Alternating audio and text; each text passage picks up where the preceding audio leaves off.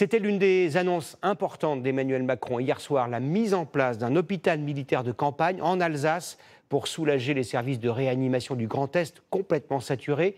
À quoi ressemblera ce futur hôpital? Quand va-t-il accueillir ses premiers patients? Jérôme Garot et Esther Lefebvre. Quelques heures suffisent pour monter cet hôpital de campagne. Démonstration filmée l'an dernier. Une structure provisoire, très mobile, normalement installée après une catastrophe. Dans quelques jours, un hôpital similaire sera construit en Alsace, uniquement dédié à la réanimation.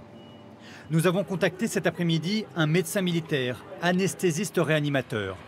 Il nous en dit plus sur ce dispositif.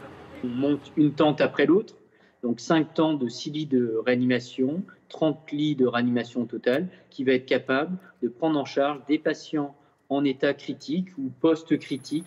Ces opérations sont menées par le service de santé des armées. Le voici en 2015, en Guinée, pendant l'épidémie de fièvre Ebola. Au total, cette branche de l'armée française compte 14 700 hommes, dont 2 500 médecins. La France a 8 hôpitaux militaires sur son territoire. 5 sont déjà mobilisés pour recevoir des malades.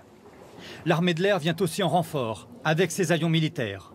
Les sièges sont retirés, remplacés par du matériel médical, comme une ambulance volante.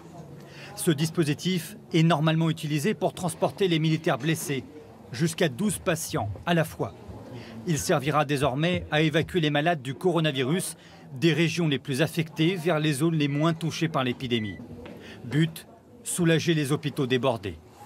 Demain matin, ces avions devraient prendre en charge 6 premiers patients pour les transférer de Mulhouse vers des hôpitaux de la région PACA.